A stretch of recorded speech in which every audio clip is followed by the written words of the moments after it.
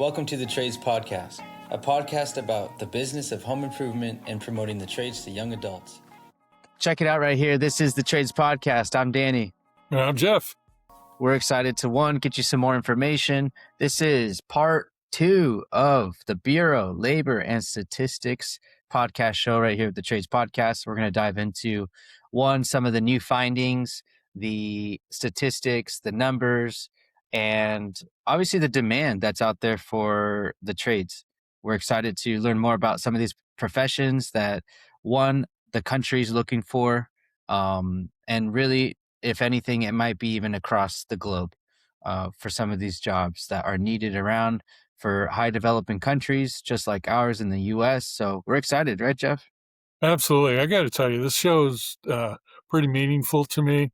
And if you watch some of the news and the geopolitics and stuff, the world's changing very quickly. And the need for trades, that boat is a huge boat, tough to turn, but we see the turn happening. And there's a lot of opportunity out there for somebody getting into the trades. So Yeah, for sure. I mean, so again, this is part 2. If you caught the part 1, be sure to share it with everybody, or just, skip this one and go back and listen to the first one, because it all ties into exactly what we're going to talk about today, because we got through at least 3 of those big topics of what was listed on the Bureau of Labor and Statistics website and their findings and reports that they put out for 2026. Last time we left off with HVAC. You want to give a little wrap up? We talked about 3 things. We talked about HVAC, plumbers, pipe fitters, steam fitters, and electricians. Those were the top 3 that we found and that we wanted to share out there in the first one. But Jeff, you want to give like a little kind of wrap up around, those big 3 professions? Well, there's definitely stable trades that are not going away. If you're jumping out of high school into working for a construction company on one of those trades, you can follow that trade for the rest of your working career. It's not going away. AI is not replacing it. Robotics is not replacing it. It will adapt. They'll have some integration in there, but they're not going away. Yeah, that's a key piece that I think a lot of people do look when they are looking into a profession. You'd hope so. But if you're not, job security is a huge thing that you might have heard or haven't heard. But job security is going to make sure that profession's, like Jeff said, it's not going to go away. So, yeah, I mean, I think this is another one. Moving on to the next topics of what we found. But welders was a big one. Welders, shout out to all the welders out there. If you're listening, this one's for you, and or aspiring welders. We found that the median pay that was put out there was $48,940 a year. Again, this is just the median pay coming across the full, the whole country. The whole country. And there's been a 2% growth. There's openings that you can start out almost close to your median pay. Openings, you're starting at $45,800 per year. And again, you're looking at, certain areas of the country. Could be less, could be more. But what does that number tell you, Jeff? Well, I think it's hard to define some of the real opportunities behind that. I mean, look at our military right now, what's happening in the Middle East, and our military budget, just building submarines right now that are welded.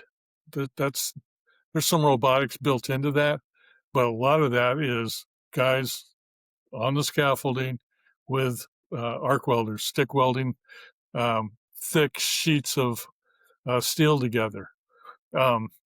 That's huge industry right now, shipbuilding and stuff. Bringing back the shipbuilding industry to America, and there's huge opportunities for growth from the bottom floor up into management on welding. The oil industry in America right now is off the hook, best it's ever done, exporting oil. That's thousands and thousands of jobs out in the oil fields, running pipe, condensing units. I mean, there's a whole, I wish I knew more about that field. I was driving through the Texas area a few times, seeing the oil rig stuff out there. It's huge, absolutely huge. That massive amount of temporary housing out there. We want to thank our sponsor. Superior Flooring Cabinet Designs is one of the landmark family-owned businesses in Encinitas. Owner Cheryl Robertson, with years of customer experience managing her family's hardware and cabinet business in North Park. Cheryl Robertson and the Superior team dive deep to learn about your project and help you find the perfect solution for your flooring and cabinetry needs. Call today at 760-436-0900 or visit www.superiorfloors.com. Yeah, I mean, talk about some of the headquarters out here in San Diego. You have big companies like NASCO that are a huge branch of in need of all of those topics of professions that we talked about in the first episode for the BLS. But now you're talking about like you said, the shipyards. You're out there. Welders. You got pipe fitters. You got HVAC that's going into all those systems. Even engineers that kind of fall into that category for everybody as well. If you're in that space to and in that education realm where the engineering part and putting together these plans for the pipe fitters, for the welders to be in there and do their jobs correctly, and again bringing back some of that geopolitics, certain things that are happening in the world. There's a demand for it. Yeah, absolutely. I was talking with a fellow just a few weeks ago, and he was talking about how he really enjoyed his first decade in the field, using his hands, building stuff, and he's seen an opportunity to move into as being a safety officer. And so he took his experience working in the field and applied that to safety, took a few night courses, transitioned, made a little bit more money, a lot more freedom, and that is hard on the body. There's all kinds of career paths once you've got your basics down, your core skills. Yeah, for sure. No. Welders, again, the median pay $48,940. Yeah. So that's a good number. I mean, you ask anybody out there, for opening pay, again, it's 45,000, so closer to 46. But when you start out at that number, it's definitely a tremendous help for your way of life and cost of living, I'm sure, throughout the country. Absolutely. So, right now, one of my notes, I was reading. I only read part of the article when it came out last month on Fortune.com. March 11th, BlackRock's invested $100 million into skill trades training out there. Yeah, that's a private company. Dropping they're absolutely a huge corporation, but $100 million is not a drop in the bucket either. No, absolutely not. No, I'm sure everybody out there, you may have heard of the, I think they're just a big company, BlackRock hedge fund company, but they have big investments through Meta, Microsoft, and something that we've touched on through the podcast, which is the AI craze, artificial intelligence. But you got to understand, you can open up an app, us as consumers, but imagine on the back end, where is all this data going to be held? There's centers, there's huge warehouses that need to be built for these companies in order to operate their AI intelligence, to be able to hold, store, and send data. So that's definitely a piece where BlackRock had invested definitely on that skilled trade workers. Why? Because they see the demand of infrastructure needed for their business to grow, their profits to grow, et cetera, et cetera. So it's a big thing. When you have big companies like this, like BlackRock, to invest in areas like this, it's definitely a place to look and understand. Don't just shy away from it. I know there's a lot of things maybe behind of what certain companies do and how they invest and use their money, but this is a piece where if you're in the trades and you see this as an opportunity, please don't don't shy away from it, and you see this as an opportunity for you to advance yourself in your career. These are important things to look at. Absolutely. What about Yeah. carpenters, Danny? Carpenters is medium pay there says 56,000 a year. But I got to tell you, I know of a lot of companies in the San Diego, Southern California region, simply Hmm. based on the workman's comp system that's out there. Hmm. There's a lot of carpenters out there making 100,000 a year right now, Hmm. building decks, rebuilding balconies, framing houses, anything the carpentry wise on a legitimate company that's paying a workman's comp. They're pretty much that's the minimum rate right there.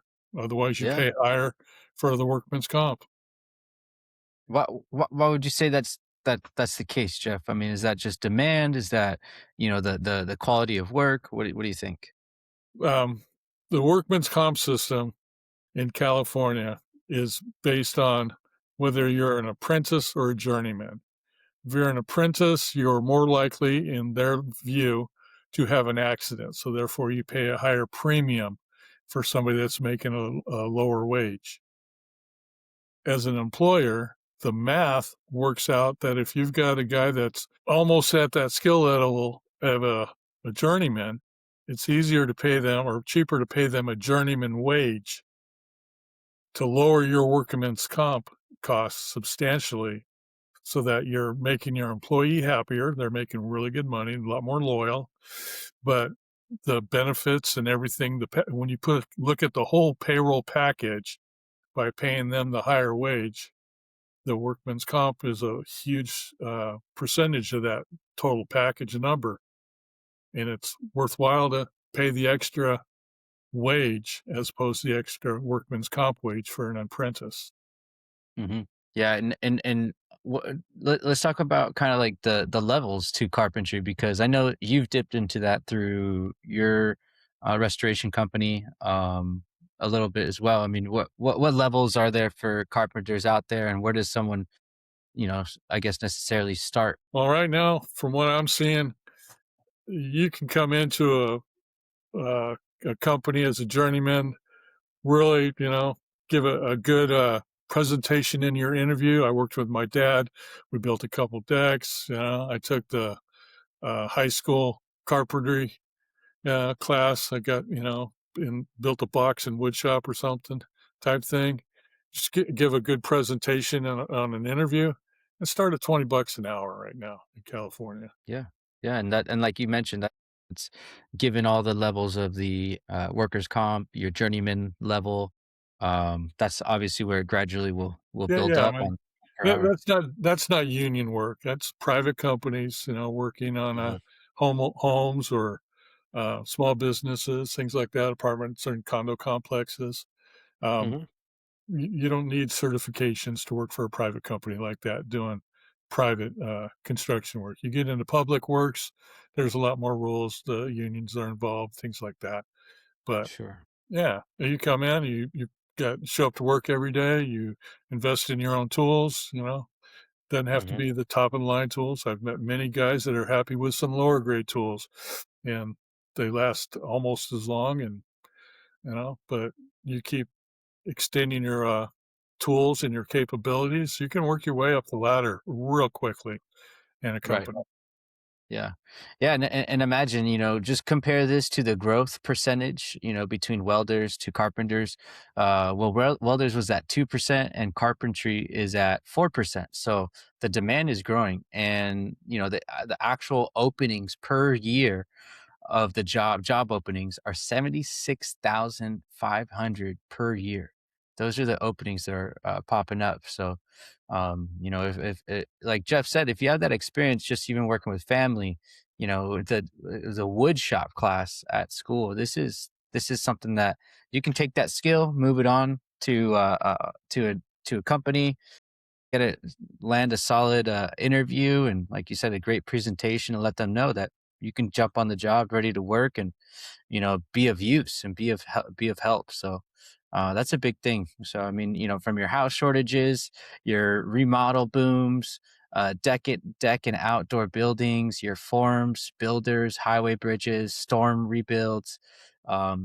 I think we have been able to see it just throughout the past, handful of years of, tragic incidents that are happening just from Mother Nature that, we really don't have any control of. But what happens after those tragic incidents, we have to rebuild and help people around the community. And that's definitely where carpentry, I think, falls in a big piece to it. So it's something to think about, something to definitely keep in mind on that part for sure. Absolutely. And construction labor says got the same percentage of growth, says 4%, Okay. Yeah.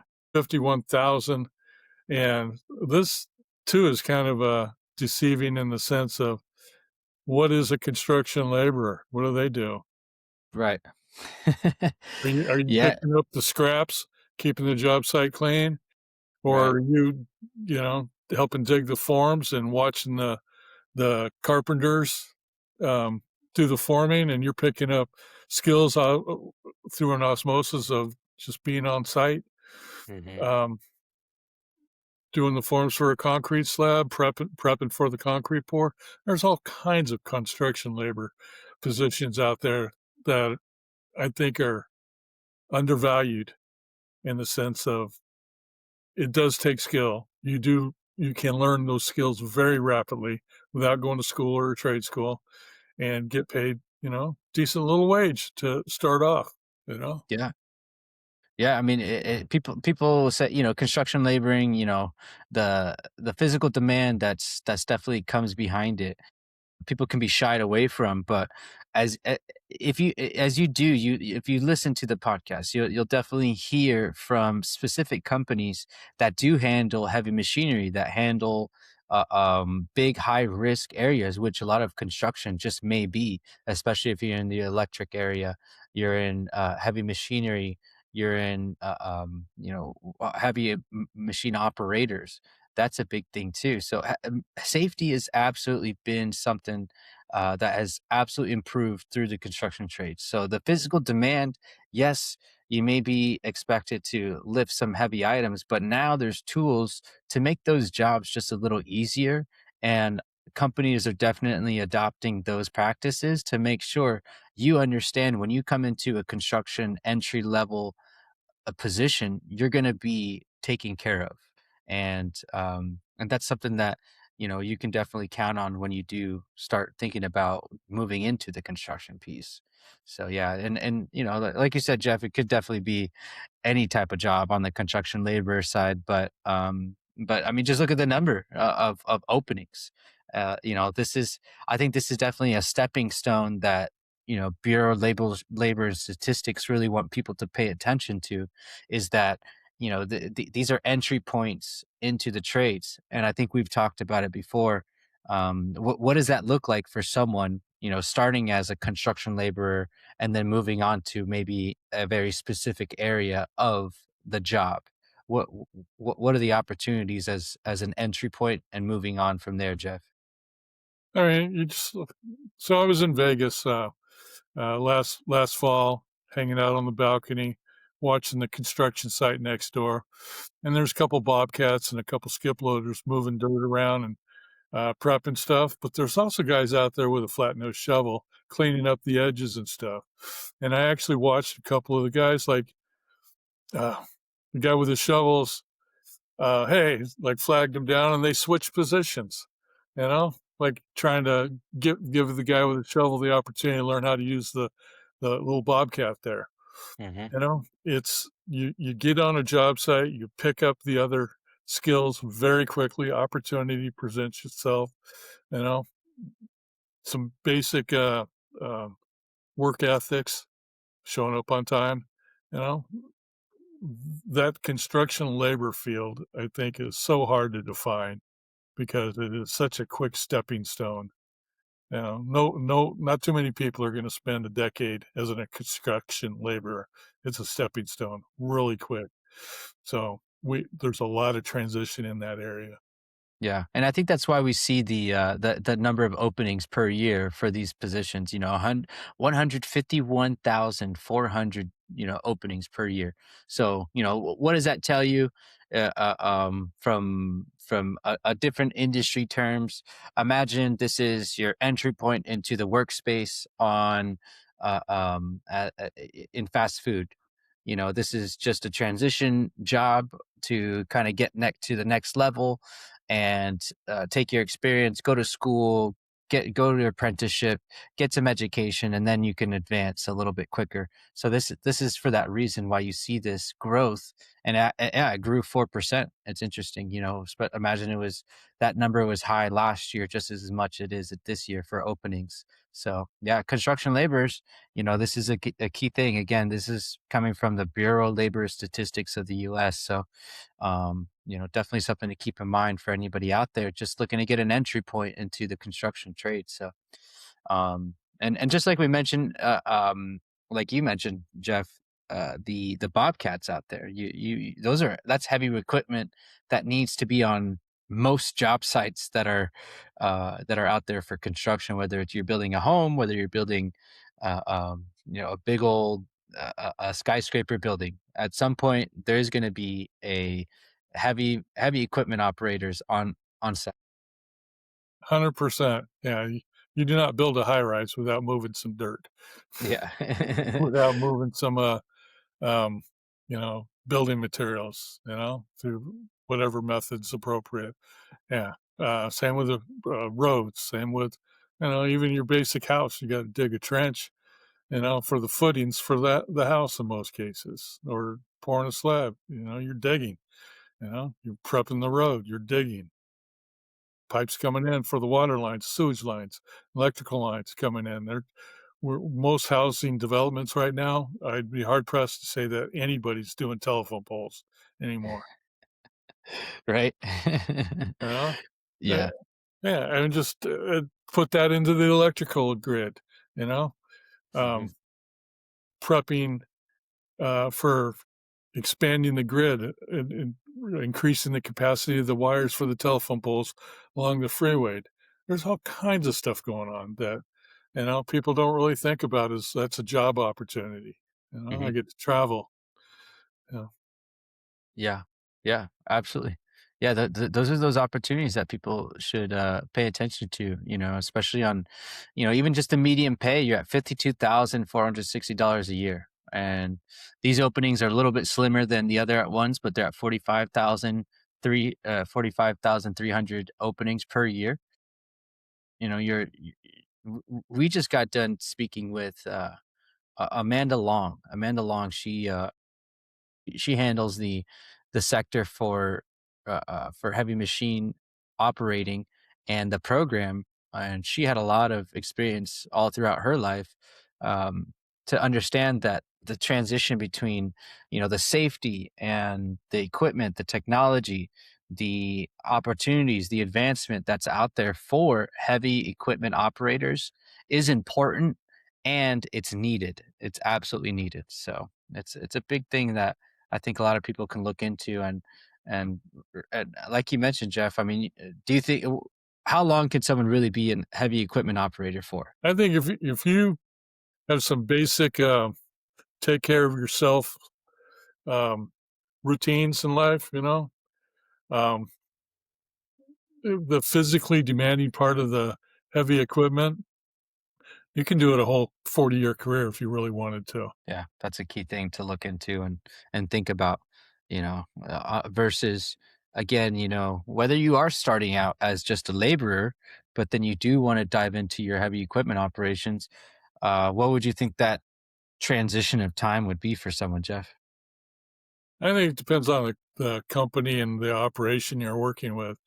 And if you're coming into a large company that um, you actually start off as a laborer cleaning up around the job site, but you put in the effort to talk with the management, your boss, whatever, and you can get in the extra schooling at night to be a heavy equipment operator.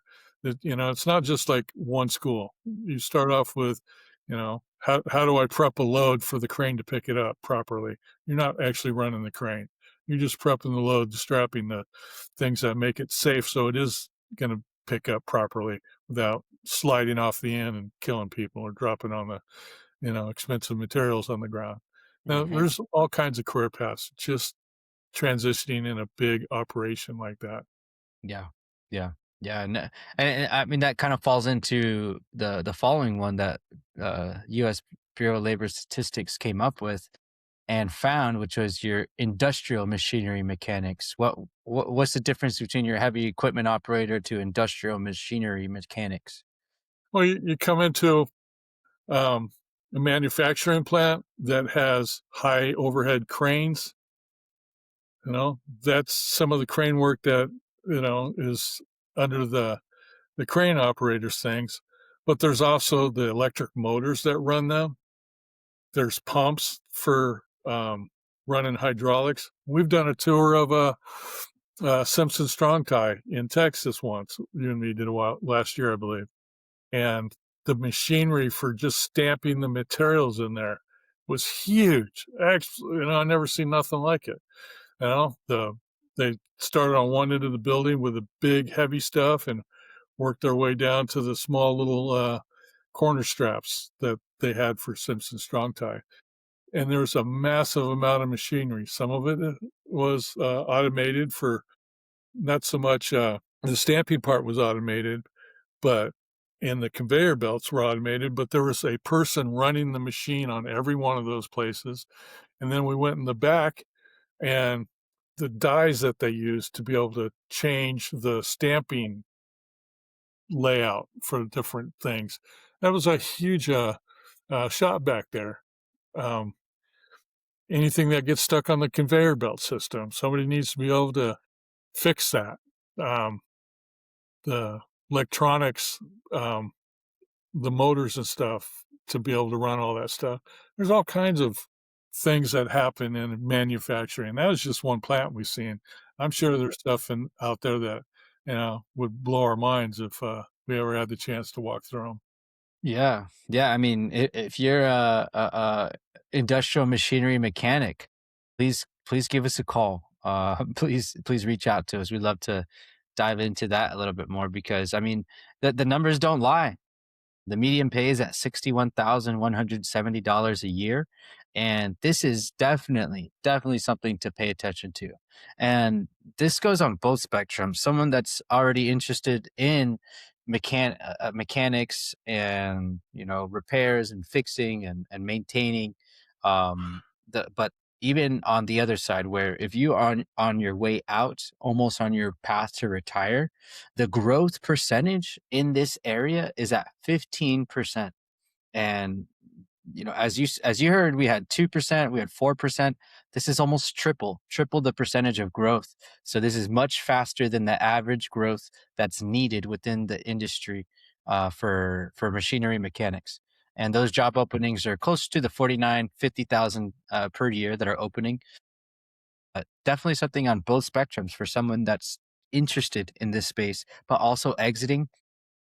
Like for a quick moment, Jeff, how would you speak to the people that are almost heading out, retiring? What do you think opportunities are out there for them, seeing these numbers and the growth that's happening within? Well, to be able to fill those positions, we need to train people to be able to do them. So if you've got the knowledge, um, definitely find a way to give back. Be a part-time teacher at a trade school of whatever industry you're in. Um, Make a little extra money. Um, you're giving back. You're still involved with the associations, probably that you have put a lifetime into making friends and acquaintances with. Mentors.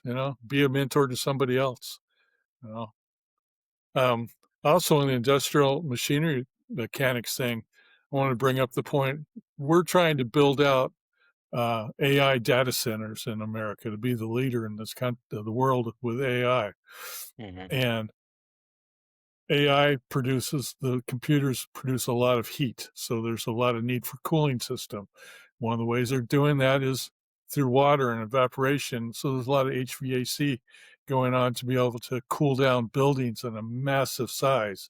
Um, so not only do you have HVAC, but you have the piping systems, the mechanics to make the water flow, big electrical um, driven pumps, all kinds of opportunities that weren't here 10 years ago Yeah, in just that area. yeah. And yeah, with new technology comes new practices, comes Yeah. new reasons to advance what's already here and what's already items that you're working on. So I think there's opportunity just on new technology advancements within the HVAC to help these companies find those solutions to what Jeff had just mentioned, to cool these places that are, massive. And when we went to that machinery, the headquarters out there in Texas for Simpson Strong Tie, it was massive, massive, massive. And those machines don't need cooling; they just need more oil. Yeah. Yeah. Yeah, they were working them, and it was a they said some facilities are 24 hours. So imagine a 24-hour data center just constantly blowing hot air and need all those mechanics and those electronics to be cooled down. It's a lot of work. It's a lot of it. It's a lot of demand and power that's needed to keep these places running. If these are the technologies that we're going to continue to use as a society. So. Yeah, Um, absolutely. I mean, I don't know crap about nuclear power, but they're talking about mini reactors to power some of these places. So yeah, there's some high-end skills to design and build those, but there's also a lot of infrastructure it's going to take to keep those things working. Also, huge yeah. opportunities out there. Yep. So, that huge opportunities and kind of something that, it's a little bit niche in another area as we move on to this next one, but we were talking about it earlier when you build your skyscrapers, when you're building malls, when you're building, multi-story, residential buildings, somehow instead of stairs, how are you going to get up to those areas? Those are elevators, those are escalators.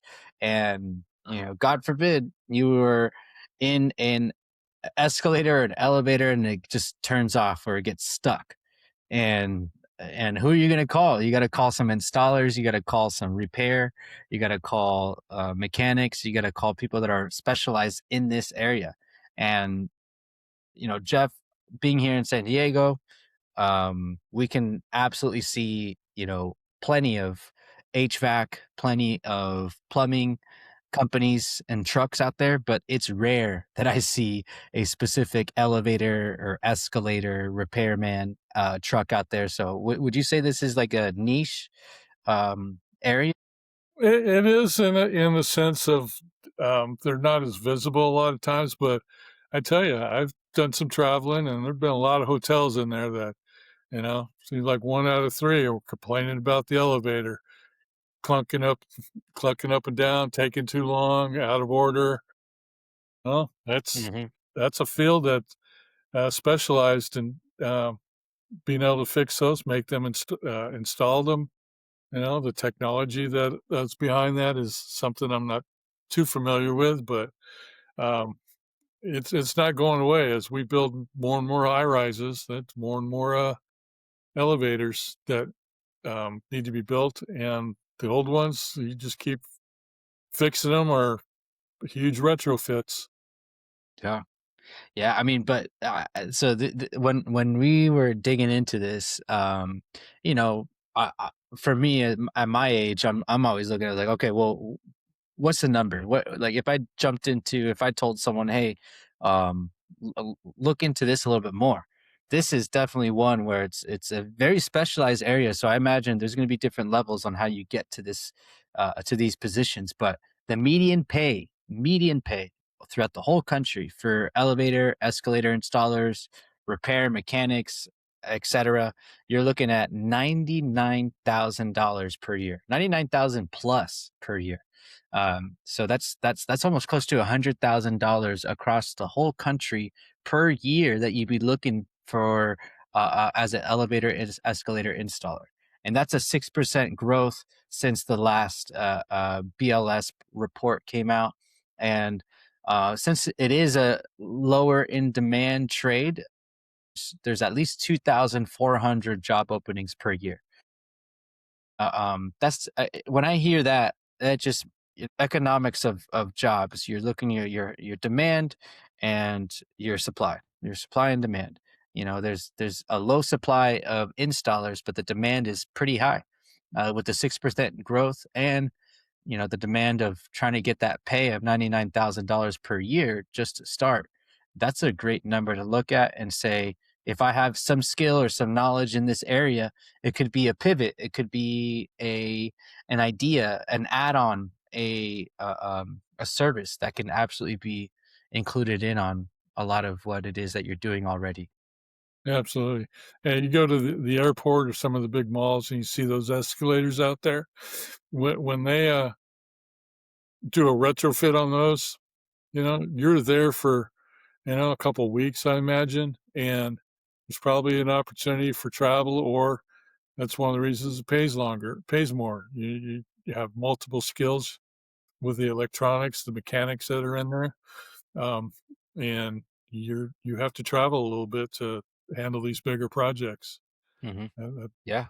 Yeah. It's a big, again, almost anywhere you might go or walk, around in big buildings, you're going to end up running into a escalator or elevator, unless you really like the stairs. So thank you to all those big sky high rises, skilled laborers that are out there building those stairs. But most likely, like if you're like me, you'll probably be taking the stairs or an escalator, or excuse me, the the elevator escalator.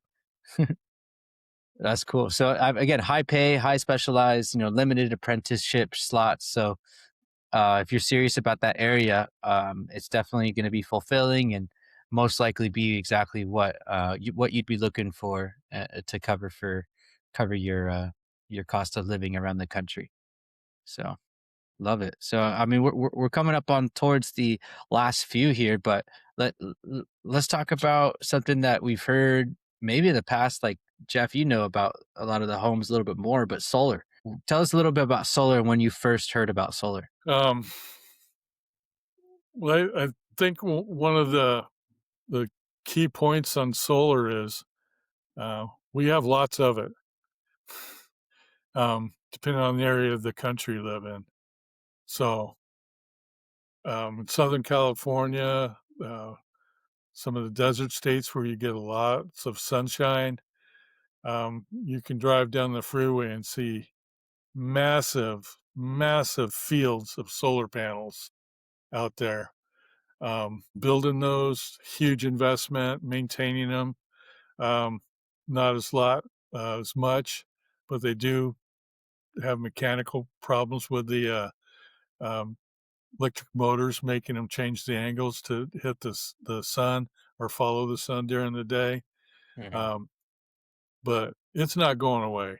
And I think personally, I mean, I like space. We just had the Artemis 2 thing going on, Hmm. you know. Um, this solar panel system is it's already in space, but the opportunity here, getting into it now, I think is huge. So the 22% growth they're talking about here, um, I think that's going to continue to just keep growing as our vision as humans grows. Our vision to enter space, or the data centers use huge amounts of electricity, converting solar energy into um, some of that power to run data centers that are, they're building data centers that take more electricity in the small towns that they're putting them by. That's why they're building their own energy producing things. This is just it's a growing field that I don't think is going to go away for a long, long time. Yeah. Um, Yeah. I mean, just the demand is out there.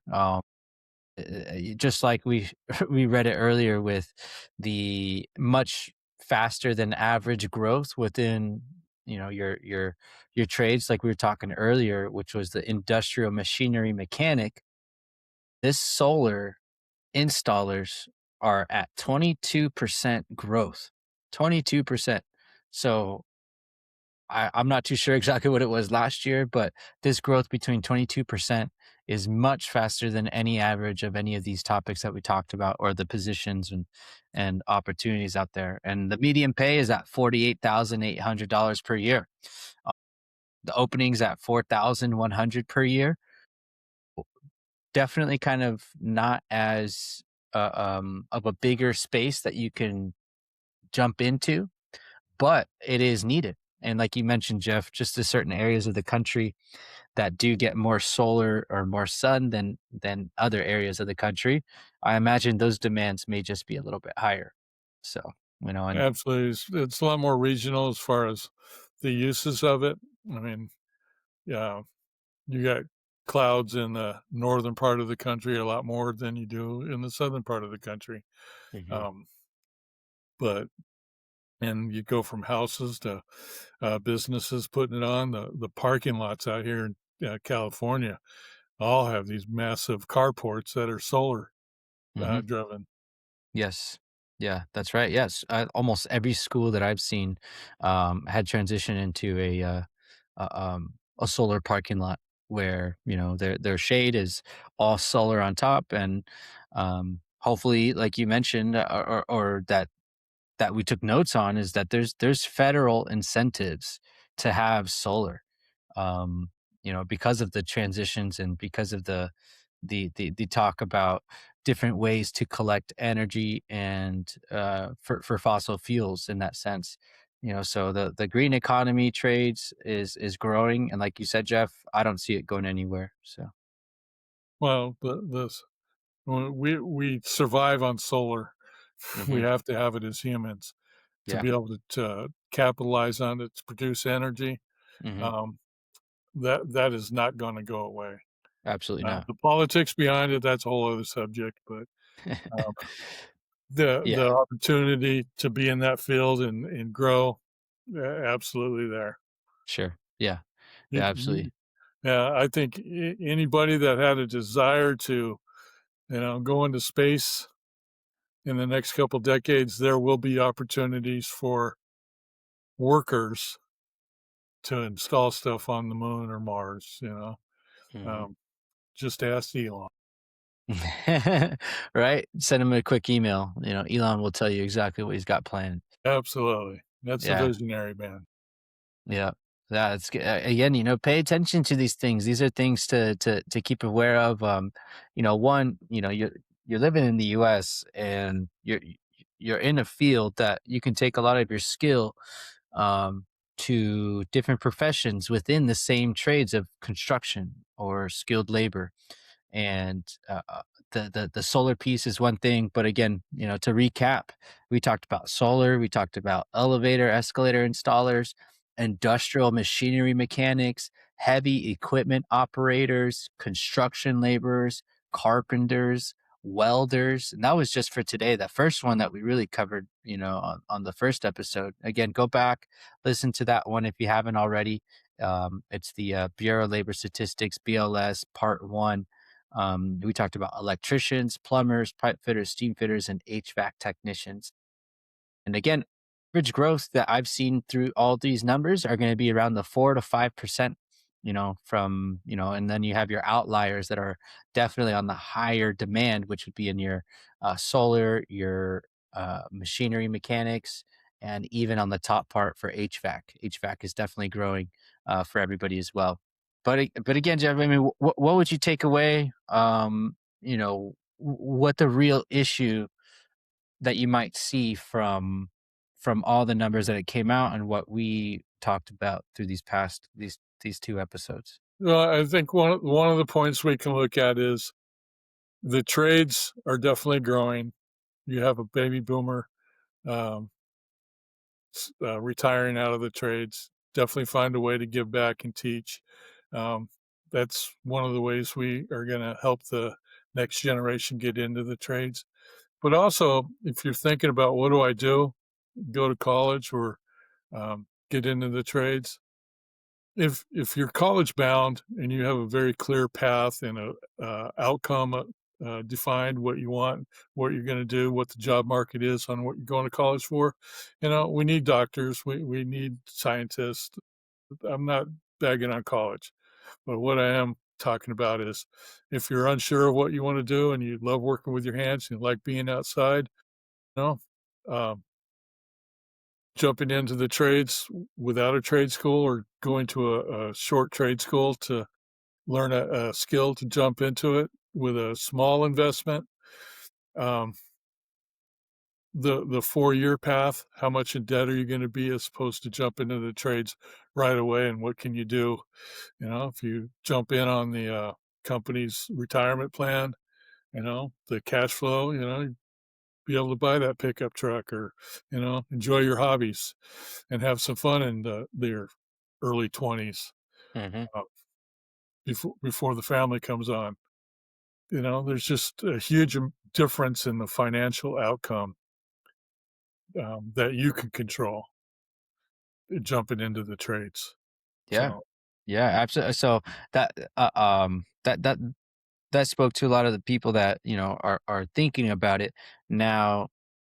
Can you comment what you would tell business owners to think about when they hear these numbers? well, I think we've talked about this a few times, Danny, the sense that if you're a business owner, you want to, have your accounting as such that your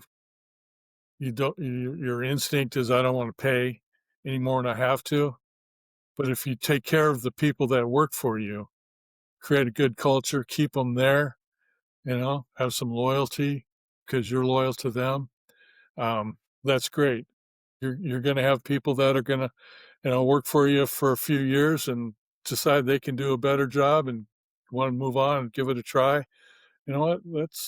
That's the American way. But wouldn't you rather have an employee that you've helped train, you've helped grow, work for you for a while, and then move on, than an employee that you haven't put any effort into, is constantly making mistakes, but he won't quit? Costs you money, costs the company money, lowers the morale with the other people that are working there. Put the effort into helping people grow and be successful. Hmm. Yeah. Yeah, absolutely. And this is where we've definitely also spoken with other guests where they have programs, they have ways to implement this into your company to advance people at a faster pace. Whether it's training, whether it's safety, and those opportunities are out there to collaborate with new companies that are looking to help you as a business owner to retain and advance your employees as long as you have them there for you. As Jeff said, the culture, the morale, the camaraderie within the company, that's important. And but the things in the back end, if you don't have those in place for yourself, one, to maybe step off and take a little time to work on the business and let your employees grow within, that's something to pay attention to, especially when I hear these numbers. The growth is there. This 22% growth, if you're already in solar and installing, that 22% absolutely, I think, would fall under your actual company. You see a 22% growth in your company.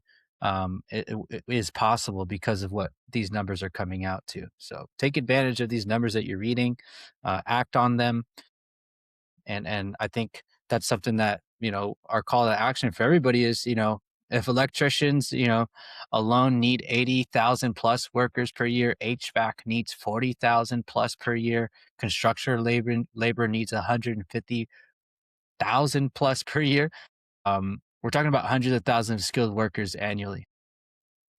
These are careers paying from 50,000 to 100K thousand, and this is, again, we're not bagging on your college and your pursue for other professions in the workforce, but this is without a 4-year degree. Again, this is, where you're going to get paid to go get trained to do these jobs. Generally, 9 times out of 10, you're going to get paid to learn how to do these jobs. So, um, any closing thoughts, Chef? No, I think it's been a great honor for you and me to be on the podcast and talk about opportunities and, hopefully make some changes in the world out there, doing a little bit of part and, definitely enjoy sitting down and talking reality on the trade.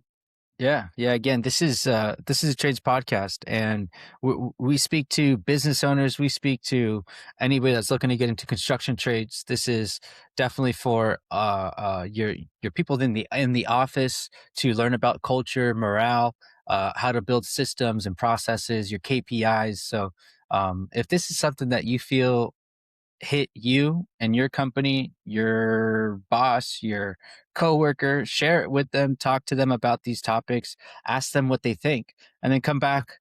Go ahead and send us an email, hit us up on Instagram, YouTube, all the platforms that we have to listen to the show. It's important. It's numbers that are true. Numbers don't lie. So again, go look into it yourself. It's the Bureau of Labor Statistics findings of 2026. You can look into it, and just a simple Google, you'll find some information that may be useful to you, and or reach out to us. We'll be glad to either have you on the show and talk about it, some of these specific topics, or just comment on what you like today.